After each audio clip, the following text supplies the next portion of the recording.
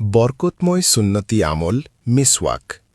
হজরত আবু হুরায়রা রাদিয়াল্লাহু তাআলা আনহু উনার থেকে বর্ণিত, মিসওয়াক করার প্রতি জোর তাকিদ প্রদান করে নূরে মুজাসসাম হাবিবুল্লাহ হুজুর পাক সাল্লাল্লাহু আলাইহি ওয়াসাল্লাম তিনি ইরশাদ মোবারক করেন, যদি আমি আমার উম্মতের উপর কঠিন মনে না করতাম তাহলে প্রত্যেক উজুর সাথে তাদেরকে মিসওয়াক করার নির্দেশ দিতাম।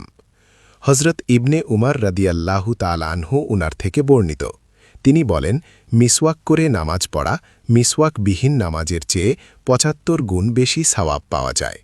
এছাড়াও মেসওয়াকের মধ্যে ৭২টি উপকারিতা রয়েছে।